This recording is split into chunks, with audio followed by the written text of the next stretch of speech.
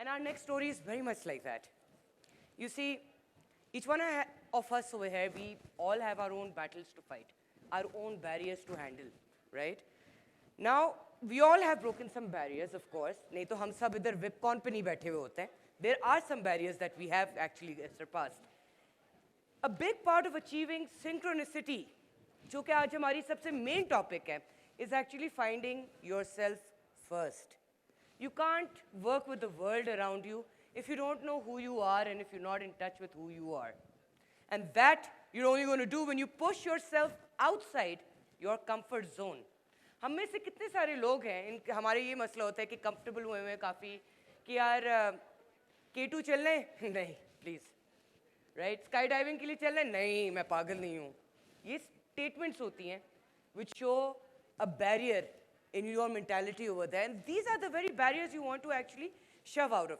So one of my favorite segments today, the Rising Stories, हमने अभी शुरू किया था बीनिश के साथ, and I love these stories because they really inspire us and tell us कि हाँ ये जितनी भी चीज़ें आज हमने सिखाई हैं आपको VIPCon पे, all of these things matter, and this is how what it looks like in action, right? Now breaking barriers requires coming out of your comfort zone. That's what I just said, and that's easier said than done. मैं आपको कहूँ कि like you know why don't you go and start mountain climbing and you've never been to the gym once, so you're going to be like of course not, this is not how I'm going to work. मेरा ये सवाल है अगर मैं आपको कहूँ क्या आप स्काई डाइविंग के लिए जाएंगे, will you be ready? I like that. Lots of people are going to be ready for that. Would you climb K2? That was one yes. Yeah. Would you climb, let's say, an easier mountain? Yes, you would. Would you bike through Pakistan alone? I've actually done that, not alone, one other friend, and it's scary, okay? Like I'm telling you, and then I did it again as well, right? So our next speaker, I'll tell you what, breaking barriers, that's our main thing that we have to focus on. So jo next speaker हमारी आ रही है, I'd like you to really pay attention to her story. She holds a distinction for rising above all challenges and basically teaching the world her own worth. So please, ladies and gentlemen, give me a big round of applause for Miss Tahira Amjad from Syngenta.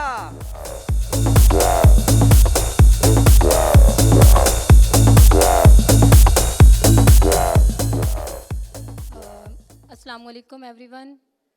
मेरा नाम ताहिरा अमजद है. मैं Syngenta Pakistan में as a technical sales officer job कर रही हूँ.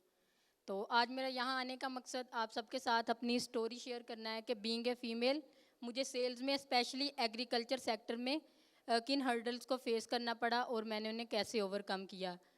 तो basically मेरा ताल्लुक़ फैसलाबाद से है और मैं फैसलाबाद के एक विलेज से बिलोंग करती हूँ और मेरे गांव का नाम 195 RB है. तो जैसे कि मेरे अब्बू फार्मिंग करते हैं और जो मेरी वालदा हैं वो हाउसवाइफ हैं.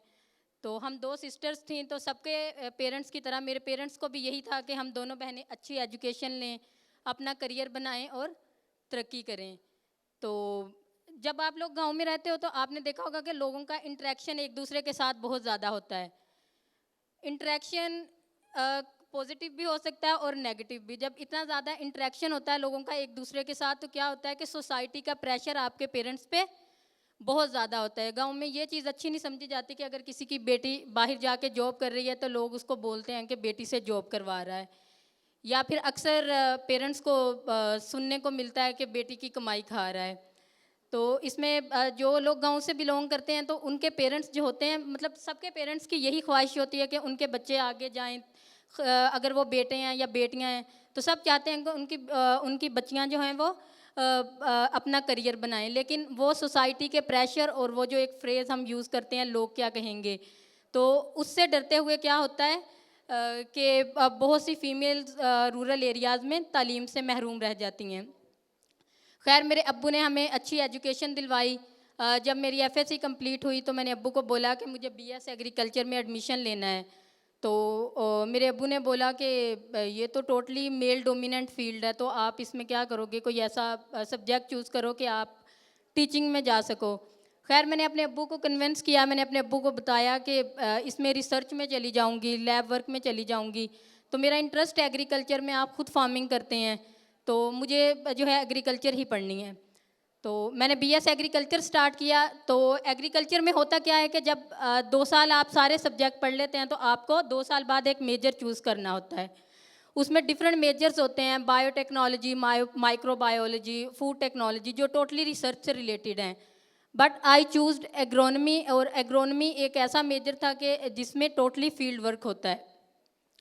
University of agriculture Faisalabad Pakistan की लार्जेस्ट एग्रीकल्चर यूनिवर्सिटी मानी जाती है। और अगर 1965 में यूनिवर्सिटी ऑफ एग्रीकल्चर फैसलाबाद बनी थी, लेकिन अगर आप आज भी वहाँ जाके देखें तो आपको एग्रोनमी डिपार्टमेंट के अंदर एक भी फीमेल प्रोफेसर या फीमेल लेक्चरार नहीं मिलेंगी। उसकी क्या वजह थी? उसकी सिर्फ 2 वजूहत थी। एक तो एग्रोनमी में टोटली फील्ड वर्क होता है, और दूसरा ये कि कोई भी agriculture sector, corporate sector, agriculture companies females को फील्ड में हायर नहीं करती थी, स्पेशली सेल सेक्टर में।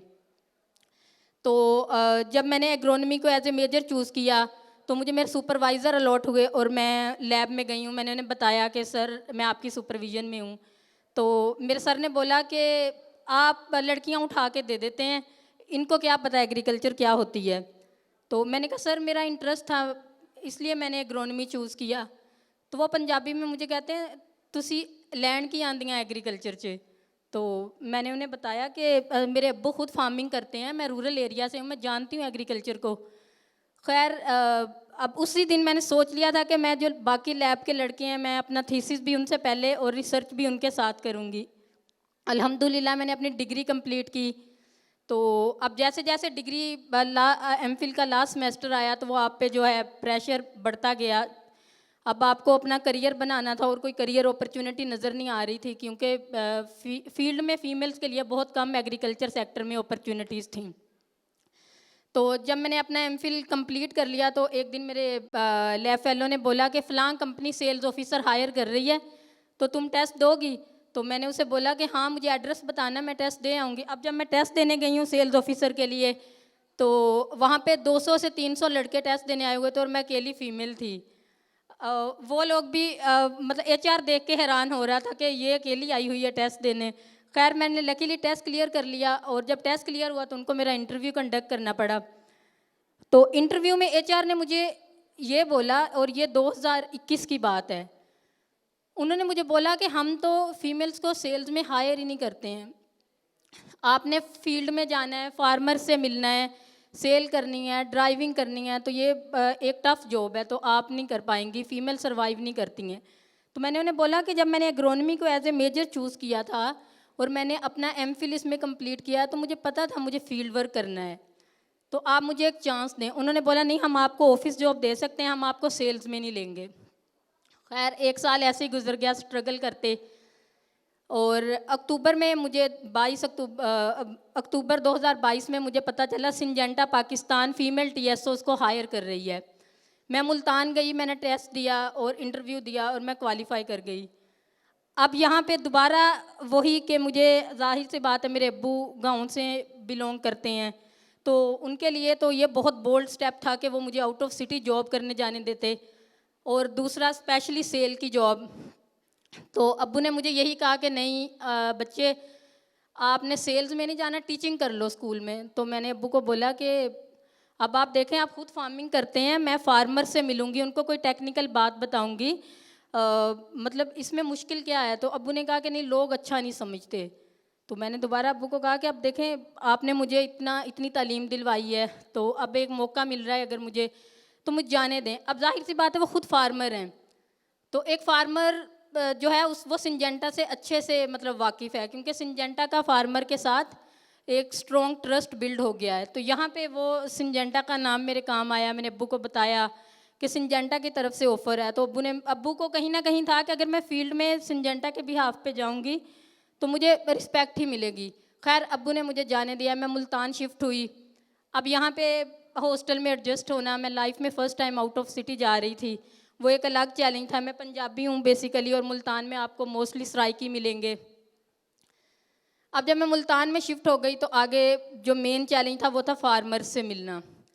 मैं फील्ड में जाती थी, फार्मर मुझे एक बात कहते थे, बाजी आप क्या करने आ गई हैं यहाँ पे, आप घर बैठे ऑफिस जॉब किया करें, आपका फील्ड में क्या रखा है। और इसी तरह फ्रेंचाइजी जो सिंजेंटा के साथ 22-23 साल से बिजनेस कर रहे हैं वो भी परेशान कि अचानक से कंपनी ने प्रोजेक्ट स्टार्ट किया है, एक फीमेल टीएसओ उनके एरिया में भेज दिया, सेल पे पता नहीं कैसा इम्पैक्ट आएगा।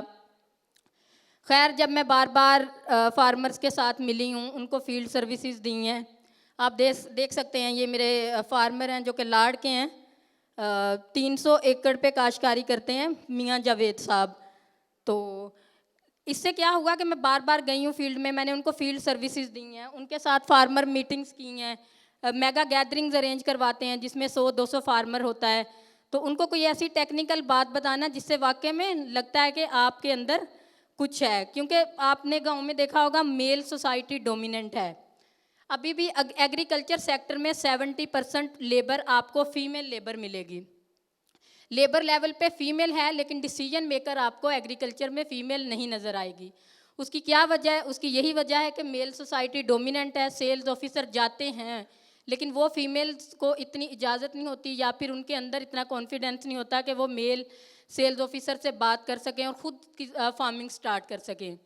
तो अब मुझे ये एज मिलता है कि मैं फील्ड में जाती हूँ, मैं फ़ीमेल जो लेबर है उनसे बात कर सकती हूँ, उनको ट्रेनिंग दे सकती हूँ। और इससे अगर कोई मेल सेल ऑफिसर फार्मर के पास जाता है तो क्या होता है, उसका कनेक्शन जस्ट फार्मर के साथ बिल्ड होता है।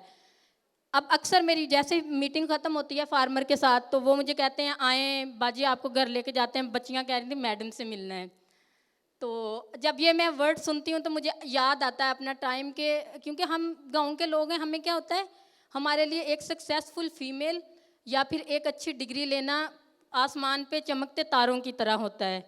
तो अभी जब मैं फार्मर्स के पास जाती हूँ वो अपनी बेटियों से मुझे मिलवाते हैं तो मैं उनकी आंखों में भी वही उम्मीद देखती हूँ। अभी 2-3 मंथ पहले की बात है, मेरे एक फार्मर ने मुझे कॉल किया कि मेरी बेटी की शादी है और मेरी बेटी ने कहा है कि अब्बू आपके पास एक मैडम आती होती हैं, आप अपनी मैडम को लेके आएंगे, मैंने आपकी मैडम से मिलना है। तो मैं उस फार्मर के घर गई, तो जब मैं उसके घर गई उसने अपनी बच्चियों से मिलवाया है। उसकी फार्मर की बेगम ने मुझे ये बताया है कि मेरी ये बच्ची की शादी है और जो छोटी बच्ची है ना उसको भी हम मैट्रिक करवाते हैं बच्चियों को, ज़्यादा से ज़्यादा उसने पढ़ना छोड़ दिया है। तो मैं आपको देखती थी अक्सर, आप हमारे डेरे पे आते थे, यहाँ पे मीटिंग करती थी। तो मैंने इस साल अपनी बेटी को दोबारा एडमिशन लेके दिया है। तो मेरे फील्ड में जाने से क्या हुआ है कि मुझे ये तो मेरे फील्ड में जाने से ये हुआ है कि उन बच्चियों के लिए भी ये एक मोटिवेशन है और उनके पेरेंट्स के लिए भी मोटिवेशन है कि अगर मैं घर से बाहर जाके जॉब कर सकती हूँ तो उनकी बच्चियाँ भी सेफ़ तरीके से घर से बाहर जाके अपना करियर बना सकती हैं, जॉब कर सकती हैं। और दूसरा ये कि अभी ये जो फीमेल्स के साथ आपने पिक्चर देखी होगी कि गांव के लोग ना बहुत सादा और बहुत शाय होते हैं। अभी इस पिक्चर में भी देखें कि जब मैं अब मेल टीएसओ से उन्होंने क्या बात करनी है। अभी मैं भी जाऊं तो मैं उनको कभी कहूं कि मेरे साथ एक पिक्चर क्लिक करें तो वो कहती हैं कि हम बैठ जाएंगे, हम उधर को मुंह कर लेते हैं या फिर अपने मुंह पे कपड़ा डाल लेते हैं। मीन्स इतना मतलब उनको पीछे किया होता है क्योंकि मेल सोसाइटी इतनी गांव के अंदर डोमिनेंट है। डिसीजन मेकर आपको फीमेल नहीं मिलेंगी। अक्सर फीमेल जिनके घर कोई कमाने वाला नहीं, उनकी अपनी ज़मीन है लेकिन वो अपनी ज़मीन रेंट पे देती हैं, उनके अंदर इतना कॉन्फिडेंस ही नहीं है कि वो खुद से फार्मिंग कर सकें। तो फीमेल टीएसओस के जाने से ये होता है कि आप कम से कम उनको ये नॉलेज दे सकते हैं या उनको ट्रेनिंग दे सकते हैं कि खुद फार्मिंग करके वो अपना करियर बना सकती हैं। तो इसी तरह अल्हम्दुलिल्लाह मैं मुल्तान जोन में अकेली फ़ीमेल थी और ये एनुअल सेल्स कॉन्फ्रेंस है हमारी, पूरे जोन में मैं अकेली फ़ीमेल थी और मुझे जोनल चैम्पियन का अवार्ड मिला था। और सबसे अहम कि मैं जो मेरी जूनियर्स हैं एग्रेरियन एग्रीकल्चर फील्ड है जिनकी, ये उनके लिए मोटिवेशन है। मुझे बहुत सी जूनियर्स अब पूछती हैं कि आपका सेल में कैसा एक्सपीरियंस रहा है या फार्मर का कैसा रिस्पॉन्स था। तो मैं शुक्रिया अदा करती हूँ आप सबका भी यहाँ आने के लिए और पीएसटीडी का शुक्रिया अदा करती हूँ कि जिन्होंने मुझे अपनी स्टोरी शेयर करने का मौका दिया। Thank you.